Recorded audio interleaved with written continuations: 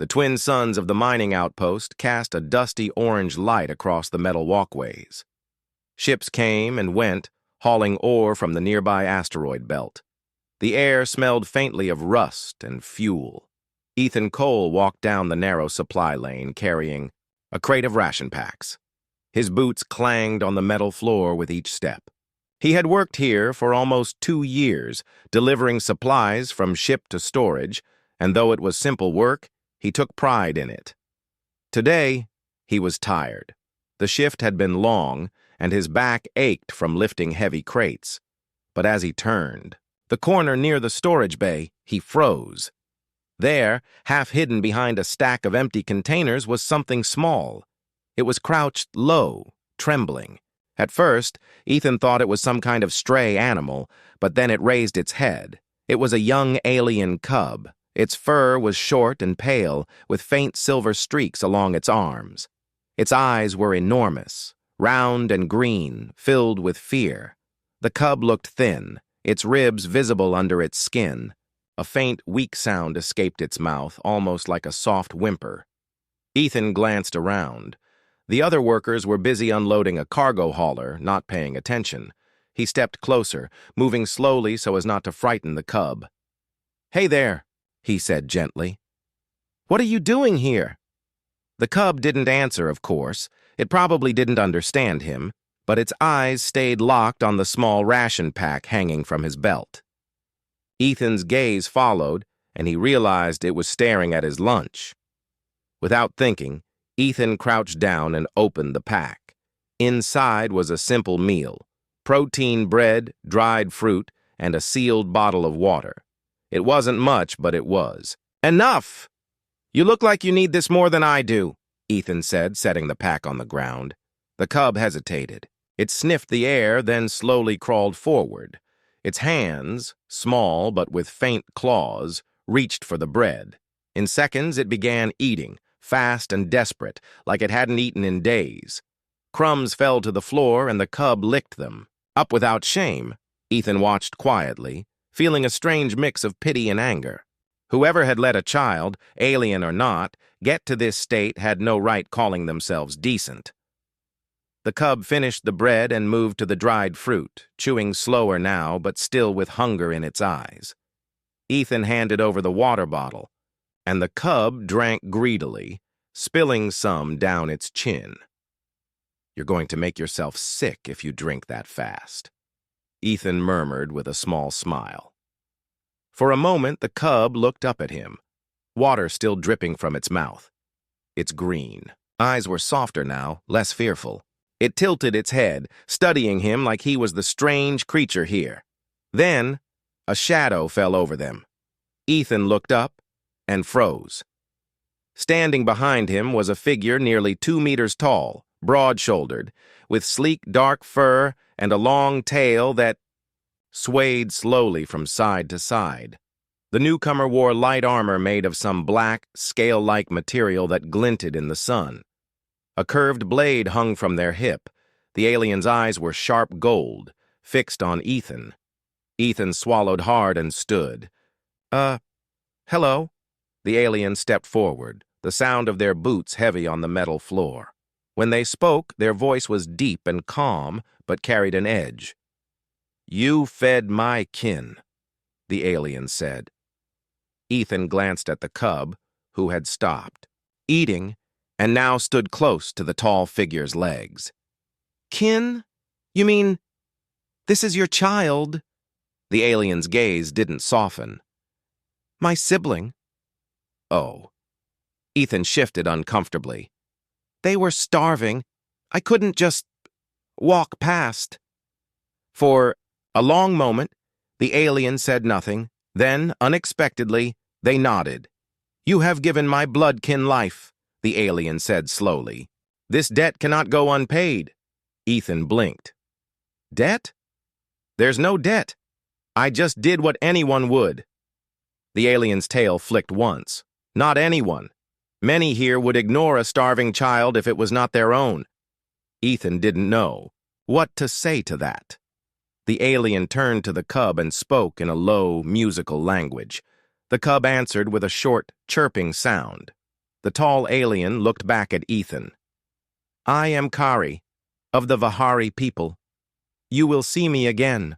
Before Ethan could respond, Kari placed a hand on the cub's shoulder and guided them away, disappearing into the crowd of workers. Ethan stood there, unsure what had just happened. He looked down at the empty ration pack in his hands and sighed. It was strange. He had shared food before, with miners who'd missed a meal or travelers passing through. But this felt different. The cub's eyes had been so full of need. And Kari. There had been something in their voice. Not just gratitude, but something heavier. He shook his head and turned back to his deliveries. There was still work to do, and thinking too much about strange encounters wasn't going to get the crates moved any faster. Still, he couldn't help glancing over his shoulder every now and then, half expecting to see those golden eyes watching him from the shadows. By the time his shift ended, the suns were low on the horizon, painting the sky in deep reds and purples. Ethan walked the quiet path to his quarters, the metal floor now cool under his boots. He unlocked his door and stepped inside. The room was small but tidy, a bed, a desk, and a shelf with a few personal items. He set his tools down, ready to rest. That's when he heard it. A soft, deliberate knock at the door. Ethan frowned. Hardly anyone visited him after hours. He stepped over and opened it. Kari stood there. The tall Vihari's golden eyes met his, unreadable. Their armor was the same, but now they carried a long staff across their back. You need me, Kari said simply. Ethan blinked. What? Danger is coming, Kari continued, and I will not let my debt go unpaid. Ethan stared at them, heart beating a little faster. Danger? What kind of danger? Kari's tail swayed once more. The kind that takes lives and does not care who it takes first. Ethan didn't invite people into his quarters often, but Kari stepped inside without waiting for permission. The tall Vihari moved with quiet confidence, their golden eyes scanning the room as if checking for threats. Ethan closed the door, still confused. Okay, you said danger is coming. You're going to have to explain. Kari turned to face him. There are hunters in this sector. They are not from here. They take what they want, ships, resources, lives. I tracked them to this outpost. Ethan frowned. Hunters? You mean pirates? Kari's ears twitched slightly. Worse. They are organized, paid. They serve those who wish to drive both our people away from the frontier. Ethan leaned against the wall, arms folded. That sounds like the kind of thing the station guard should deal with. They will not, Kari replied. Your leaders think I am only telling stories to frighten you. Ethan knew the outpost. Council could be stubborn. If there wasn't hard proof, they wouldn't waste resources. So why tell me? Because, Kari said, stepping closer, you gave food to my sibling. You showed compassion when others did not. That makes you different. And if danger comes, you must be ready. Ethan let out a slow breath. Look, I appreciate the warning, but I'm not a soldier. I move crates for a living. Kari tilted, their head studying him. You underestimate yourself. A soldier follows orders. A protector chooses to act. Ethan opened his mouth to reply, but there was a soft knock at the door. When he opened it, the cub, Luma, peeked in. Their green eyes lit up when they saw Ethan, and they bounded inside without hesitation. Ethan smiled faintly. Hey, little one. Luma chirped a greeting in their language and settled near Ethan's desk, watching the two adults talk. Kari rested a hand on the cub's head. Luma was separated from me during a raid. I found them here, weak and alone. It was luck, or fate, that you crossed paths. Ethan didn't know about fate, but he was glad the cub was safe now. So what exactly do you expect me to do? Kari's gaze was steady. Listen, watch, prepare. I will protect you, but you must not be careless. Ethan sighed. All right. but you should know. If trouble really comes, I can't promise I'll be much help." Kari gave a small smile, sharp but not unfriendly. Help is not measured in skill with a weapon. Sometimes it is measured in heart. The next day, Ethan returned to his routine, hauling supplies, checking inventory, signing off shipments. But all through the day, he noticed Kari's presence. The Vihari warrior followed at a distance, moving like a shadow, always watching the crowds and scanning the sky. Their attention wasn't on him so much as on everything around him. At first, it made Ethan uncomfortable. But then, when a group of off-world traders began shouting at each other near the docking bay, Kari subtly shifted to stand between Ethan and the commotion. They didn't speak, but the message was clear. They were guarding him. Some miners noticed and whispered among themselves. Humans and Vihari rarely worked together closely. There had been tensions in the past over mining rights. But now a Vihari warrior seemed glued to Ethan's side. That evening, in the mess hall, a fellow miner named Brack slid onto the bench across from Ethan. "You know you've got a tail, right?" he said, jerking a thumb toward the doorway where Kari stood. Ethan shrugged. "Yeah, guess I made a friend." Brack smirked. "Friend? More like a guard. Word is you saved a Vihari cub. You know what that means?" "I fed them," Ethan corrected. "That's all." Brack leaned in. "Among their kind, feeding someone in need creates a bond, a debt. They'll protect you until it's repaid. Sometimes that means for life." Ethan blinked. "For life?" Brack just grinned and left, leaving Ethan with that thought. Later, as Ethan walked back to his quarters, he noticed the sky beyond the transparent station panels. The twin suns were nearly gone, and the stars were beginning to show. Out here, far from the core worlds, the stars seemed sharper, brighter. He found Kari waiting outside his door again. Luma sat beside them, chewing on a piece of dried fruit. "Is this going to be a regular thing?" Ethan asked, unlocking the door. "Yes," Kari answered plainly. Inside, Kari stood near the small window, gazing out at the docking bay.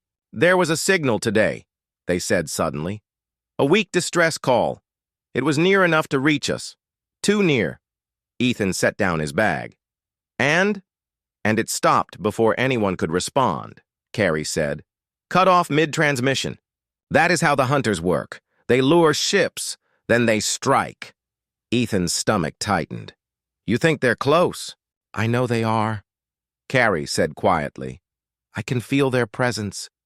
The same way a predator knows when another is near."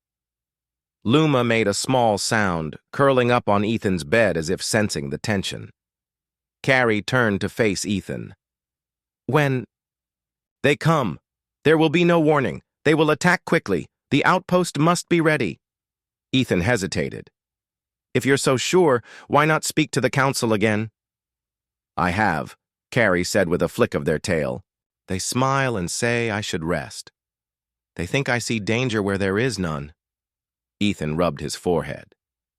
"So they're ignoring you?" "Yes." Kari's eyes narrowed slightly. "But you will not." Ethan looked at Luma, then back at Kari. Something in those golden eyes told him they weren't exaggerating. He remembered the cub's hunger, the quiet way Kari had stood outside his room last night, and the talk about debts that could last a lifetime. Finally, he nodded. "All right. If there's something I can do to help, I'll do it." Kari inclined their head. "Good. We start tomorrow. There are ways to prepare without drawing attention." Ethan tried to imagine what preparing meant. Extra supplies? Hidden exits? Maybe both. Kari stepped toward the door, but paused. "One more thing, Ethan Cole. When the hunters come, do not try to be a hero. Protect the cub. That is enough." And with that, Kari and Luma slipped out into the corridor, leaving Ethan standing alone in the quiet room. He didn't know what tomorrow would bring, but something told him that life on the outpost was about to change. The following morning, the outpost was as busy as ever. Cargo lifters hummed through the docking bay, workers shouted to each other over the noise, and traders argued about prices. On the surface, nothing seemed wrong. But to Ethan, the air felt heavier. Carrie had said they would start preparing. True to their word, the tall Vihari appeared at Ethan's side as soon as he stepped out of his quarters. Luma followed closely behind, clutching a small pouch of food. "What's the plan?" Ethan asked. "We walk," Kari said simply. It turned out walking meant more than it sounded. Kari guided Ethan through nearly every sector of the outpost. Maintenance tunnels, cargo yards, storage depots, even the cramped market stalls where vendors sold spices and tools from distant worlds. As they moved, Carrie pointed out things Ethan had never noticed before. Doors with faulty locks, corridors without cameras, storage containers stacked in ways that blocked escape routes. "These are weaknesses," Kari explained. "If hunters come, they will use them." Ethan listened carefully. He had never thought about the outpost as a place that could be attacked. It was just where he lived and worked.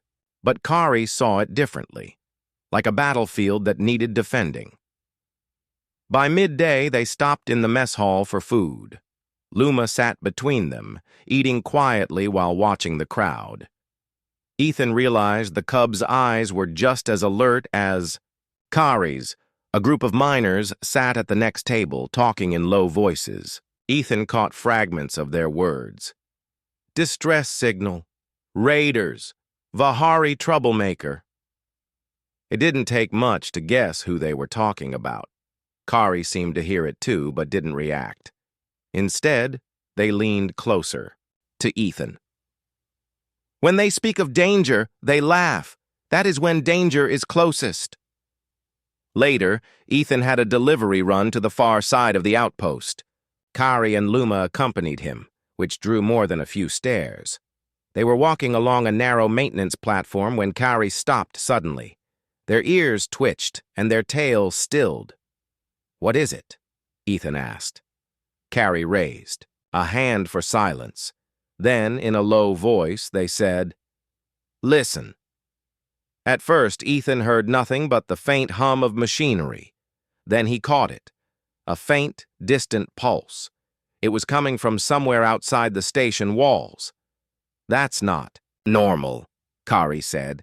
"It is a signal, coded." Before Ethan could respond, a loud announcement crackled through the outpost speakers. "Attention! A distress beacon has been detected in nearby space. All available ships prepare for emergency response." Ethan and Kari exchanged a look.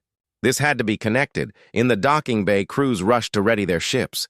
Ethan's small cargo hauler wasn't built for combat, but it could move fast enough to reach the source of the signal. "You're coming with me," Kari said firmly. "We will see what waits there before the hunters see us." "What about Luma?" Ethan asked. The cubs stood with a determined look on their face. "I stay. I hide," Luma said in halting but clear words.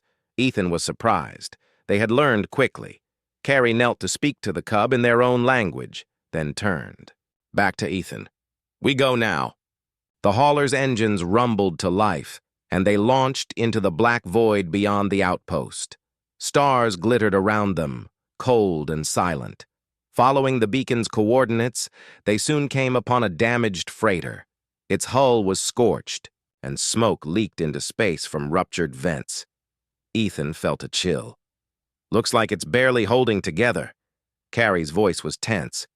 "Look closer." From the shadows of a nearby asteroid, sleek ships emerged, dark, sharp-edged, moving with predatory grace. Ethan's heart pounded. "Those are the hunters?" "Yes," Kari said. "They are here to finish what they started." One of the hunter ships fired a warning shot at the freighter, making it spin helplessly. "We have to do something," Ethan said, gripping the controls. Kari glanced at him. "You cannot fight them head-on, but you can distract them." Ethan didn't know if it was bravery or just not wanting to see more people die, but he nodded.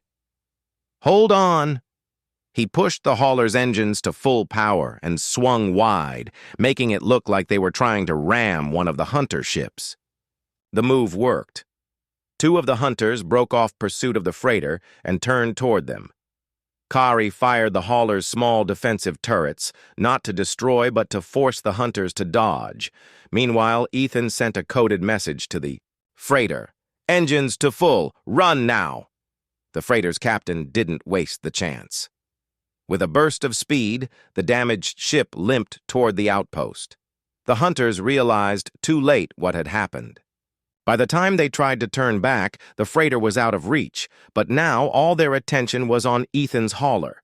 "They're locking on," Ethan shouted. Kari adjusted the turret controls. "Then we run." They dove toward the cover of the asteroid field. Laser fire streaked past, close enough to shake the hauler. Ethan weaved between rocks, scraping the ship more than once but keeping them alive. Finally, after what felt like hours, the hunters broke off pursuit. Ethan let out a long breath. That was close. Kari didn't relax. "They will remember you now. The hunters do not forget the ones who steal from them." Ethan glanced at them. "Steal? We just saved a ship." "In their eyes," Kari said, "you stole their prey." When they returned to the outpost, the rescued freighter was already docked. Its crew thanked Ethan and Kari, but the outpost council was less enthusiastic. "You brought attention to us," one council member said. "Now the hunters know our location." Ethan clenched his fists. "You'd rather we let them destroy that ship?" Kari's golden eyes narrowed, but they didn't speak. The council dismissed them quickly. Outside, Ethan turned to Kari. "They don't get it, do they?" "No," Kari said. "But you will, soon." As they walked back toward the living quarters, Ethan noticed the people in the corridors. Some nodded at him in quiet thanks. Others gave wary looks. News of the encounter had already spread. That night, Ethan found it hard to sleep. Every time he closed his eyes, he saw those dark hunter ships sliding out from the shadows. Cliffhanger. The next morning, Kari woke him. Early. Their voice was calm, but their words made Ethan's stomach drop. "The hunters are not gone," Kari said. "They are coming here." The warning came at dawn, when the outpost's lights were still dim, and most workers were only just waking. Ethan stood in the small kitchen area of his quarters, brewing a bitter cup of synth coffee. Luma was still curled up in the corner under a blanket, and Kari stood near the window, staring into the pale glow of the twin suns. Without turning, Kari said, "They are close now?" Ethan frowned. "The hunters?" "Yes," Kari replied. "I felt their signal again. They are hunting, and they know where to find us." Before Ethan could answer, the outpost's intercom crackled to life. "Attention all ships. Unidentified vessels have been detected on the edge of our scanner range. All non-essential flights are grounded until further notice." Ethan put down his cup. "That's them, isn't it?" Kari nodded once. "We must see what they are doing before it is too late." Minutes later, Ethan was in the pilot's seat of his cargo hauler. Kari sat beside him, fastening the harness across their armor. Luma had been left in the care of a trusted shopkeeper in the market district. As the hauler left the docking bay, the blackness of space stretched before them. Stars glittered, but Ethan's eyes stayed on the scanner display. At first, there was nothing, just drifting rocks and the pale light of the nearby star. Then shapes began to appear. 3 ships, Ethan muttered. "Fast ones." Kari's golden eyes narrowed. "Not hunters, scouts. They are marking the area for the main fleet." That was bad news. It meant the real danger was still coming. They followed the scouts at a safe distance, hiding behind the shadow of a large asteroid. The alien vessels were sleek and angular, moving in perfect formation. Ethan's hands tightened on the controls. "What exactly do they want with this place? We don't have anything valuable." Kari's voice was quiet but firm. They want territory. They will destroy anyone who refuses to leave, human or Vihari. It does not matter to them. Suddenly, the lead scout broke formation and fired on a small freighter drifting nearby. The freighter's hull flared with sparks, its shields failing instantly.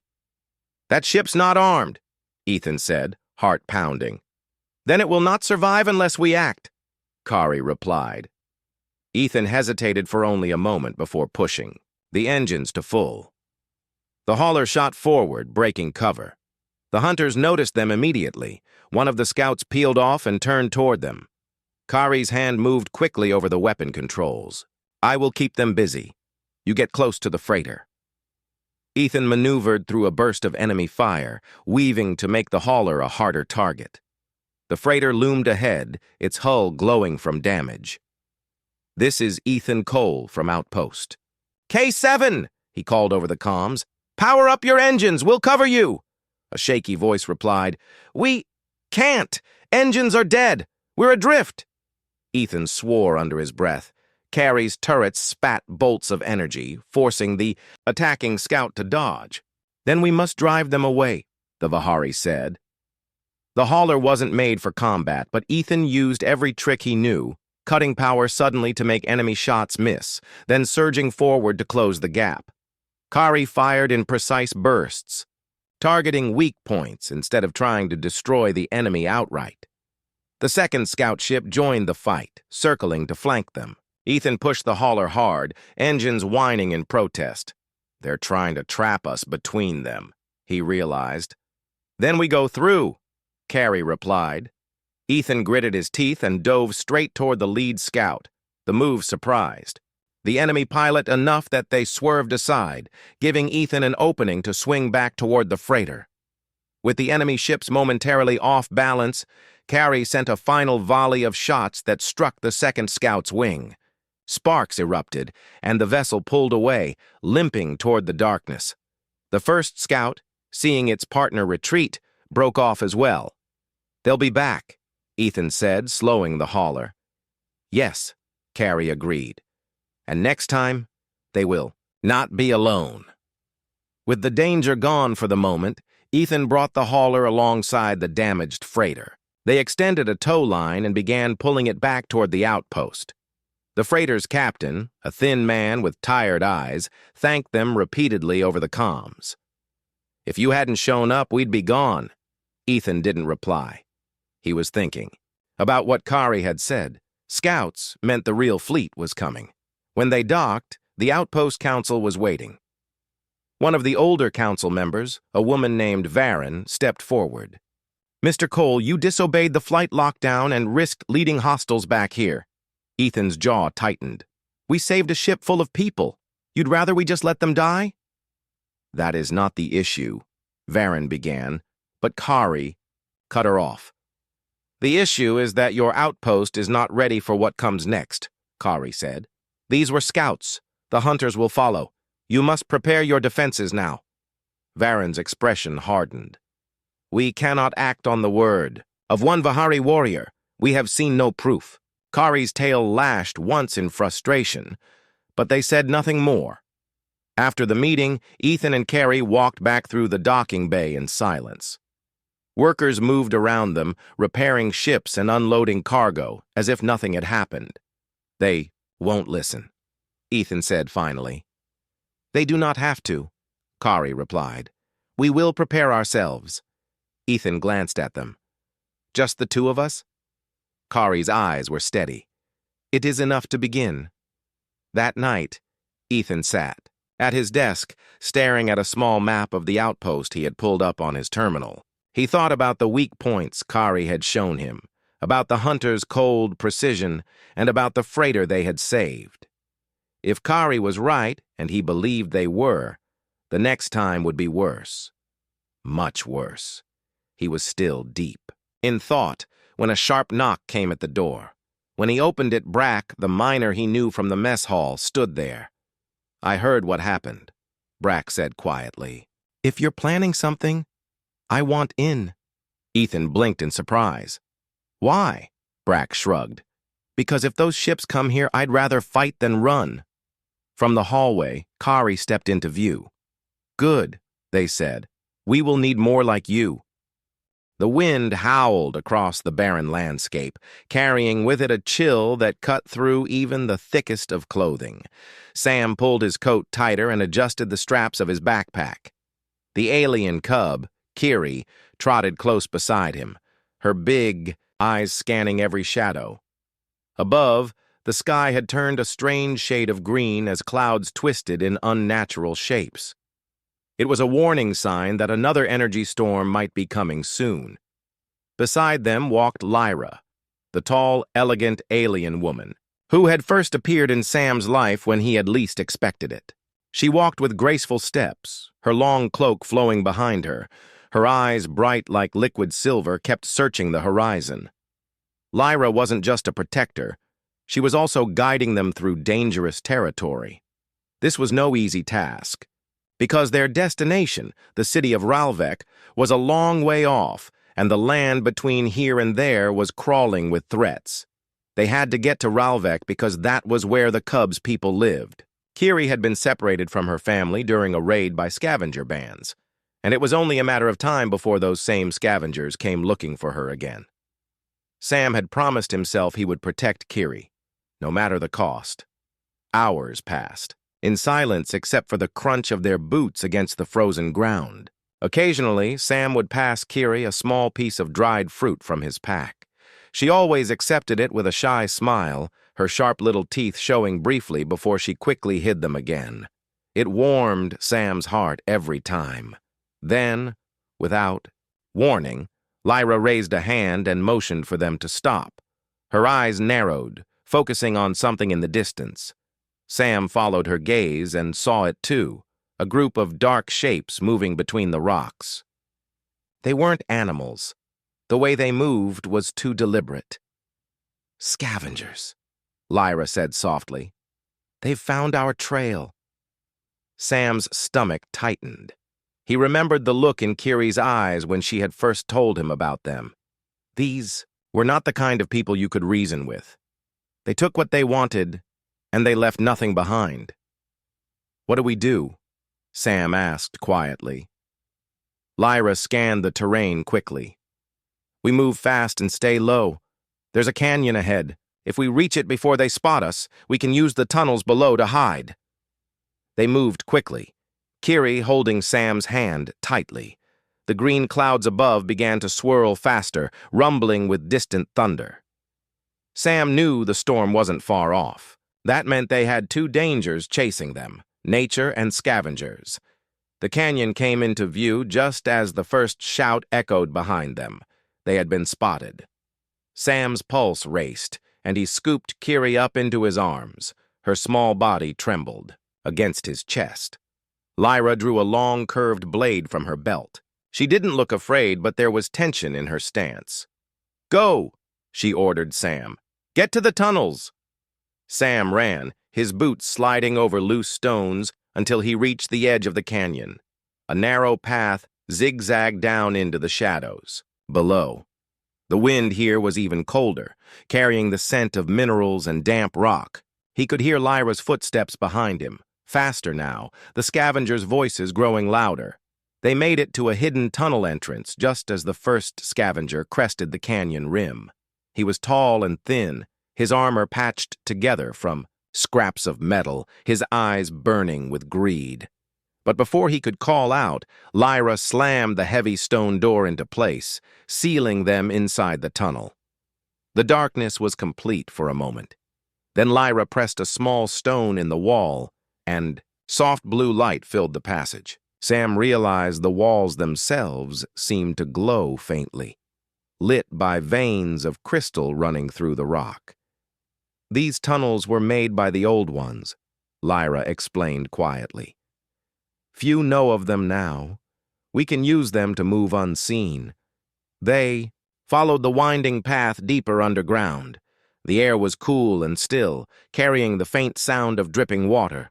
Occasionally, the glow from the crystal veins would grow brighter, revealing ancient carvings in the walls, strange symbols, tall figures, and scenes of distant worlds. Sam kept his voice low as they walked. Lyra, why are you helping us? You could have left after we met. Lyra glanced at him. Because you helped Kiri without expecting anything in return. On my world, that means something. You showed kindness to someone who had nothing to offer. That is rare among many species. Sam felt a warmth in his chest, despite the cold. It just felt like the right thing to do.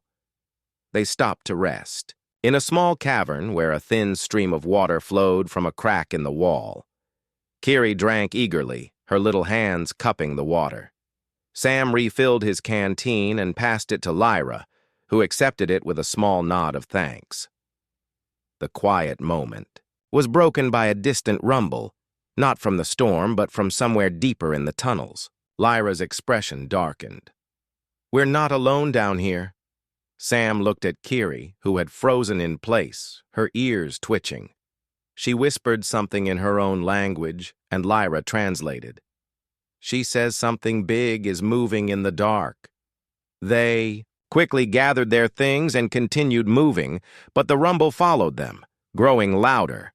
The tunnel began to slope downward, the walls narrowing until they had to walk in single file. Sam could feel the vibration through his boots now, like the steady beat of a drum. Finally, they emerged into a vast underground chamber. The crystal veins here blazed with light, casting strange shadows across the walls. In the center of the chamber, something moved. A massive, insect-like creature with a shell as black as night and eyes that glowed faintly red. Kiri clung to Sam's leg. Lyra stepped forward slowly, her hand on her blade. This is its territory, she said. If we disturb it, we won't make it out. Sam swallowed hard, feeling the weight of the moment. The scavengers were above. The storm was closing in, and now, deep underground, they faced a creature that could end everything before their journey even reached Ralvek. The creature turned its head, and its eyes locked onto them. The heavy clouds above Yarvos 4 were turning darker. The wind had a strange hum to it, as if the whole planet was warning of danger. Daniel stood near the old cargo freighter, its metal body scratched and dented, but still running. He looked at the small alien cub, Relo, who clung to his leg. Rilara, the tall and graceful alien woman, stood a few feet away, her eyes fixed on the horizon where faint flashes of light glimmered in the distance. Those flashes were not lightning, they were weapons fire. They're getting closer, she said, her voice calm but urgent. Daniel nodded. Then we move now, no more hiding. For days they had been chased by the raiders, alien mercenaries, who wanted Relo for reasons Daniel still didn't understand. All he knew was that giving the cub up wasn't an option. Not after the bond they had formed. The small team had one goal left: reach the old space relay on the other side of the canyon. From there, they could send a signal to the Galactic Patrol for extraction. The problem was that the path to the relay was exposed. One wrong move, and they'd be spotted. They began their journey, keeping low, moving between jagged rocks. Daniel carried his pack on his back, feeling the weight of both supplies and responsibility.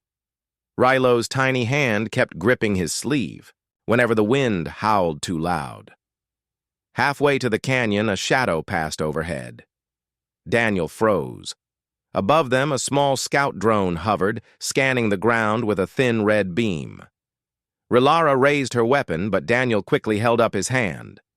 Wait, firing will give our position away. Instead, Daniel pulled out a small reflective sheet from his pack, something he had improvised from food wrappers and a broken comm panel. As the drone's beam swept over them, he angled the sheet to bounce the light back toward it. The signal. Interference confused the drone, making it spin and drift away. Rilara stared at him, impressed. Humans, always finding strange solutions. Daniel gave a small grin. We call it thinking outside the box. They reached the edge of the canyon. The bridge that once crossed it had collapsed long ago, leaving only a dangerous gap. A few old cargo cables still hung across, swaying in the wind. We can cross, Rilara said, but it will be slow. Daniel went first, using the cables as handholds, carefully moving across. The wind roared, making it hard to keep balance. Rilo whimpered, but Daniel kept talking softly to him, telling stories of Earth's forests and rivers to keep the cub distracted. When they all made it across, they were only a short climb away from the relay tower. But the sound of engines came from behind. The raiders had found them. "Go!" Daniel shouted to Relara. "Get the signal ready!" He turned and ran to a position between two boulders, setting up his small defense, just a human with a rifle, a few energy cells, and a stubborn heart. He took aim as the first raider skimmer came into view. His first shot hit the pilot's console, making the craft veer into a rock wall. More came. Daniel ducked, returned fire, and used the terrain to his advantage. Each second he bought was another second for Relara to send the call for help. Through the comm in his ear, Relara's voice finally came. "Signal sent. Patrol ships on the way!" Daniel smiled, but the fight wasn't over. The raiders were closing in. Just when one of them aimed directly at him, a sudden burst of light came from above, a galactic patrol cruiser descending fast. Its cannons lit up the canyon floor, scattering the raiders. Moments later, Relara and Rilo were at his side. Relara's eyes were brighter than he had ever seen. "You stayed behind for us?" Daniel shrugged. "Seemed like the human thing to do." The patrol officers escorted them to safety, but Daniel knew the journey wasn't truly over. Rilo was still a target.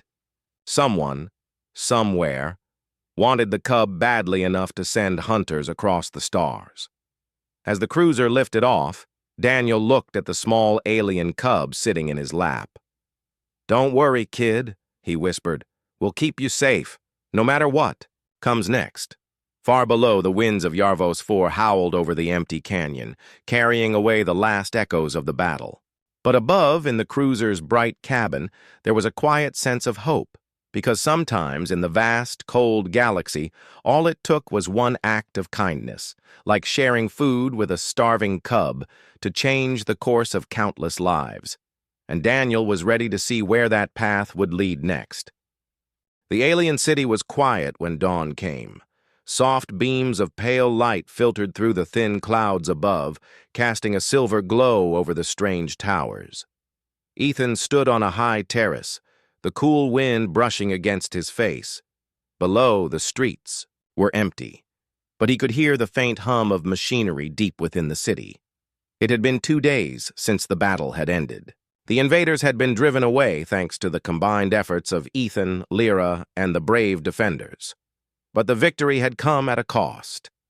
Many buildings had been damaged, supplies were short, and the people were tired. Still, the alien citizens were rebuilding piece by piece, showing the same stubborn resilience that humans knew well. Ethan glanced over his shoulder. Lyra was standing a few steps behind him, the alien cub resting in her arms. The cub was healthy now, its bright eyes curious as it studied the world around it. Ethan couldn't help but smile. "He's grown fast," Ethan said softly. Lyra looked down at the small creature and nodded. "He has, and he will grow even stronger, just like our people, and yours." For a moment they stood in silence, watching the sunrise. Then Lyra turned her gaze to Ethan. "You could return to your own world now. The ship you repaired is ready. We have cleared a path through the debris in space." Ethan felt a heaviness in his chest. The thought of going home had been on his mind since the beginning, but now it didn't feel as simple. "I could go," he said, "but I'm not sure if I should." "Why?" Lyra asked gently. Ethan took a deep breath. "When I first met the cub, I just wanted to help. I didn't think it would lead to all of this. But I've seen how much you've been through, how much your people still need. I can't just walk away and pretend it's not my problem." Lyra's expression softened. "You have already done more than most would. You've given us hope. And you've given me something too," Ethan replied. You showed me that no matter how different our worlds are, kindness matters. That's something worth fighting. 4! The cub gave a small, playful growl, as if agreeing. Lyra chuckled, her eyes bright. If you choose to stay, you will always have a place here? Ethan looked out over the city again. He thought of the first time he had seen it. Damaged, desperate, barely holding together. Now, even in its scars, it was alive with determination. He realized then that this was more than an alien city. It was a second home. Later that day, Ethan walked through the central square. Workers were repairing walls, children were playing near the fountains, and traders were opening their stalls again. Many aliens stopped to greet him, offering words of thanks or small gifts. They didn't see him as just a human anymore. He was part of them. In the evening, a small gathering took place in the main hall. The leaders of the city stood before the crowd, with Lyra at their side. When it was Ethan's turn to speak, he stepped forward, his voice steady. I came here. By chance, he began. I thought I was just passing through, but life has a way of putting you where you're needed. I've learned that no matter what stars we're born under, we share something powerful, the will to survive, and the will to protect those we care about. I'm proud to stand here, not as a visitor, but as one of you. The crowd responded with a deep, rhythmic sound, an alien sign of respect. Ethan felt a warmth spread through him. This wasn't just about surviving anymore. It was about belonging. After the gathering, Lyra walked with him toward the old hangar where his repaired ship waited. The cub trotted beside them, occasionally, darting ahead before circling back. You really aren't leaving, are you? She asked quietly. Ethan smiled. Not unless you throw me out. Her laughter was soft but genuine. Then you'll need to find a role here. We can't have you wandering around without purpose. I was thinking, Ethan said thoughtfully. I could help with defense, or maybe train others in some of the tactics we used. Humans have different ways of thinking about problems. That could work, Lyra agreed. Our people will learn from you, and you will learn from us. Together, we'll be stronger.